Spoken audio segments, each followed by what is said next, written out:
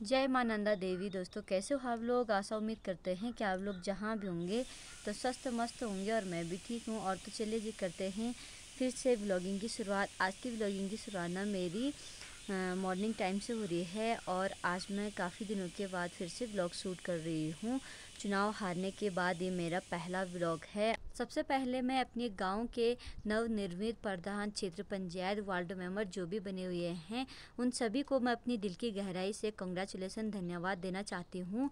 और मैं उनसे यही निवेदन करूँगी आज से पूरे 5 वर्ष तक कि आप लोग हमारे समाज के लिए, हमारे गांव के लिए ये अच्छा सा विकास करने की पूरी कोशिश करेंगे। और तो काफ़ी सारे जो मुझे सोशल मीडिया पर जानते हैं, गांव से बाहर से लोगों के कमेंट मुझे आ रहे थे कि ये आपका चुनाव में क्या हुआ, क्यों आप चुनाव हारी हैं। और तो मैं उन लोगों को यही कहना चाहूँगी कि ये तो एक खेल है, हार जीत लगा धंधा है। और ये तो हर प्रधान में, गांव के प्रधान पद की दावेदारी जो भी जितने भी लोग करते हैं, बनना एक ही नहीं होता है। चाहे एक कोई ब्लॉक प्रमुख हो, चाहे जिला पंचायत हो या तो क्षेत्र पंचायत हो, जितने भी उम्मीदवार उठेंगे बनना तो एक नहीं होता है। और तो ये तो एक खेल है और अकेले भी नहीं होता है और खेला जाता है ये। तो इसमें बहुत कुछ सीखने को मिलता है, बहुत कुछ नॉलेज अपने आप को मिलता है। मुझे तो काफ़ी कुछ अनुभव अपने गांव के बारे में मुझे मिला है और जिस बात से मैं काफ़ी खुश हूँ। चुनाव हार गई, मुझे कोई दुख नहीं है। इस दुख तब होता जब मैंने कोई चोरी चकारी की होती। तो मैंने एक चुनाव के मैदान में उतरने का एक बहुत बड़ा साहस किया है। मैं जिस बात से खुश हूँ अपने आप से। और बाकी लोग के बारे में मैं क्या कह सकती हूँ, मैं ये नहीं कह सकती हूँ लोगों ने मेरे साथ ये किया, मेरा इतना खाया, ये किया वो किया। मैं ये सारी चीज़ें, ये ठीक नहीं होती है ये कहना।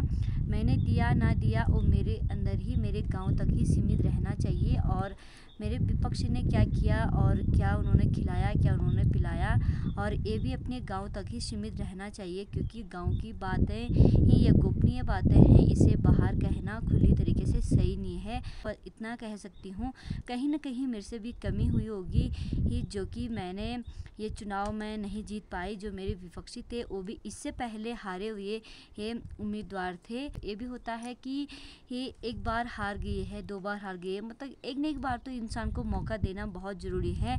इंसान को ये भी लगता है, हर व्यक्ति को, कि ये कुछ न करने की सोच रही होगी, इसीलिए तो ये लोग एक बार नहीं तो दूसरी बार उठ ही रहे हैं। तो इस बात से मुझे उनके प्रति कोई जलन भावना भी नहीं है, मैं उनसे भी खुश हूँ। मुझे हराने के लिए बहुत सारी साजिशें रची गई है और उस साजिशें ना जिसने भी रची गई है वो लोग ना भली भांति पास हो गए हैं। पर उन लोग को ये लगता है कि शायद ये उनके दिल को ये शांति मिली हुई है अभी, कि बस अब हो गया है, अब तो हम फ्री हो गए। कोई बात नहीं, आप लोगों ने मुझे चुनाव में हरा लिया है पर मेरी ज़िंदगी को पीछे नहीं कर रखा आप लोगों ने। आप मुझे आगे बढ़ने से कभी नहीं रोक सकते हो, ये अपने दिमाग में भी बिठा लो। मैं ना जैसे गांव में प्रचार प्रसार के लिए जा ही रही थी तो मुझे सामने सामने से ना ये सुनाया गया कि मैं वोट खरीद रहा हूँ, मैंने तो अपनी प्रधान को जिताना है। और तो मैं उन लोगों को उस समय तो मैं कुछ नहीं कह पाई, क्योंकि चुप ही रहना मेरी भलाई थी उस टाइम पे। और वैसे तो मैं वहीं पर जवाब भी दे सकती थी, पर मैंने सोचा चलो छोड़ो, इनकी सोच ऐसी है, इनको मुबारक हो। मैं अब उस व्यक्ति को ये कहना चाहती हूँ, अगर आप लोगों के पास इतने पैसे हैं, इतने धनी आप लोग हो, तो कुछ गरीबों को दान कर दो, जिनकी दुआएं आपके बच्चों पर लगेगी, आप पर लगेगी। और आपका जो शनि है और जो आपके अंदर, आपके परिवार में जो दुख पीड़ा है वो शायद दूर हो जाएगी। क्योंकि एक गरीब को दान करना और काफ़ी पुण्य काम होता है। ये नहीं किसी को वोट खरीदने की धमकी दो। वोट खरीद के क्या मिलेगा आपको? कुछ नहीं मिलेगा, रिक्शेबाजी मिलेगी। मैंने आपके प्रति बहुत अजीब मेरे को लगा, वैसी 2-4 लोगों को भी लगा होगा। इसकी सोच कैसी है? अपनी इतनी गंदी सोचों को बाहर मत निकालो। यानी कि आपके पास पैसे तो समाज से सेवा करो, समाज पर लगाओ, जहाँ पर हमें ज़रूरत होती है, जहाँ पर हमारे गांव में कमियां नज़र आती हैं, उन पैसों से आप लोग वहाँ पर खर्च कर लो, शायद सबकी दुआ आप पर लग जाएगी। ये चुनाव तो हार जीतना लगी रहती है और जहाँ तक मेरी वीडियो जाती है, हारे हुए सभी उम्मीदवारों से मैं यही कहना चाहती हूँ, अपने दिल में ना किसी के प्रति ना कुछ भी गलत भावना मत रखना, क्योंकि ये तो हर एक 5 वर्ष के बाद ना ये समझ लो कि एक त्यौहार है। 5 वर्ष के बाद एक त्यौहार आता है धूमधाम से, एक महीने का त्यौहार ये होता है। आजकल 2-4 दिन ही ये चला रहता है कि उसने ये कहा, उसने ये बोला, उसने ये किया, वो किया, सो किया, मैं भी बोल रही हूँ। एक साल के बाद ना सब भूल जाते हैं। एक साल के बाद प्रधान जो बने उन्हीं को देखते हैं, हारे हुए कैंडिडेट को सब भूल जाते हैं कि ये भी उठी हुई थी। फिर 5 वर्ष के बाद ना फिर याद आती है। और ये तो एक त्यौहार है, इसको कोई दिल में मत रखो भाई। और मैं वही ये भी साथ ही मैं ये भी कहना चाहती हूँ, और कोई हम मुझ जैसे यूट्यूबर वगैरह जीत जाते हैं, हार जाते हैं, और मेरे प्रति तो शायद किसी ने कुछ कहा भी नहीं है, और किसी के प्रति मैंने सुना भी है। आप लोगों ने देखा भी होगा दीपा नेगी यूट्यूब चैनल पर उनका जो है, और तो उनके बारे में बहुत सारे लोग पोस्ट डाल रहे हैं जिस कारण उनके दिल को काफ़ी ठेस पहुंची हुई है। उन्होंने उसी कारण अपने गांव की बहुत सारी बातें उन्होंने फेसबुक पर और सोशल मीडिया पर बोल दिए हैं, जिस बातों को उन्होंने कभी बोलना ही नहीं चाहिए था। ये तो मैं भी कह रही हूँ भाई, कोई सोशल मीडिया के द्वारा अपनी गांव का चुनाव नहीं जीत पाता है, और ये ऐसा कुछ भी नहीं होता है। उनको तुमने ज़बरदस्ती से, बहुत सारे लोगों ने ये ज़बरदस्ती से उनके मुंह से गांव की बातों को उगलाने की कोशिश की है। उन्होंने भी अपने दिल को काफ़ी कमज़ोर करके अपनी गांव की बातों को बाहर कर दिया है। पर मैं सभी से ये कहना चाहूँगी, अपनी गांव की बातों को बाहर खुला सोशल मीडिया पर मत कहिए, क्योंकि गांव की बेइज्जती अपनी बेइज्जती बराबर होती है।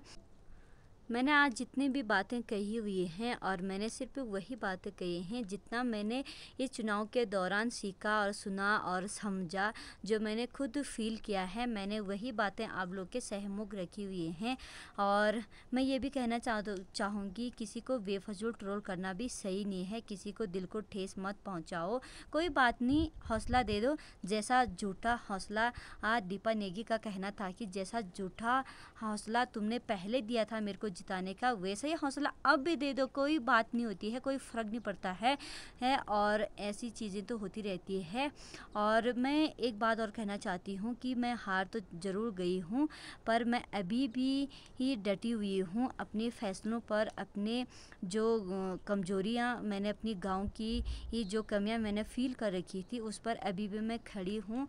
जिन लोगों ने मुझे वोट दिया है, उन लोगों से मैं यही निवेदन करती हूँ कि आप लोग मेरा साथ पूरा 5 वर्ष तक ज़रूर देना, कि जहाँ भी मैं आवाज़ उठाऊँ वहाँ आप लोग मेरे साथ आवाज़ उठाने की, मेरा हौसला बढ़ना, मेरा सहारा ज़रूर दे देना। मैं उनसे यही निवेदन करती हूँ। जहाँ पर मुझे अपने समाज, अपने गांव के लिए गलत लगेगा, वहाँ पर मैं आवाज़ उठाऊंगी।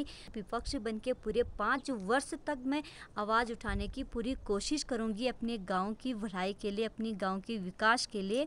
मेरा ना इसमें कोई चुनाव लड़ने का फ़ैसला नहीं है। आप लोग को ये सुन के ऐसा लग रहा होगा ये 5 साल बाद की तैयारी कर रही है, ऐसा कुछ भी नहीं है। क्योंकि इससे पहले मेरी एक बात और बता देना चाहती हूँ, मेरी शादी को ना अभी ही 6 साल हो रखे हैं। मैंने 6 साल में ही लगा लो कि पहले चुनाव में मेरी शादी हुई थी, और अब जो ये पहला चुनाव मेरे गांव के लिए, पहला चुनाव में ही मैं चुनाव के मैदान में उतर गई हूँ।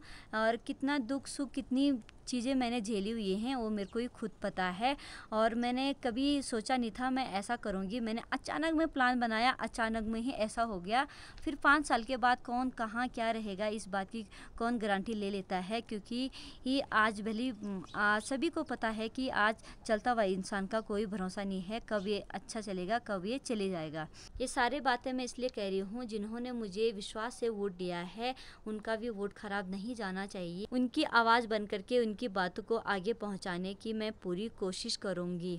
और उनसे ये निवेदन करती हूँ कि मेरा सहयोग जैसे आप लोगों ने वोट देने में किया है, वैसे आगे भी ये करना पड़ेगा आपको। मुझे चुनाव बहुत कुछ सिखा के गया है। फिर एक बात यही कहना चाहूँगी कि चुनाव मेरे को बहुत कुछ सिखा के गया है, आगे के लिए, अभी के लिए नहीं, आगे के लिए बहुत कुछ सिखा के गया है। तो ये है मेरा चुनाव हारने का कारण। और तो आज से ना आप लोगों के बीच में लगातार व्लॉग लाने की पूरी कोशिश करूँगी और अच्छे वीडियो आप लोग के ये सामने लाने की पूरी कोशिश करूँगी। तो चलिए जी ठीक है, फिर आज की इस वीडियो को ना यहीं तक का रखते हैं।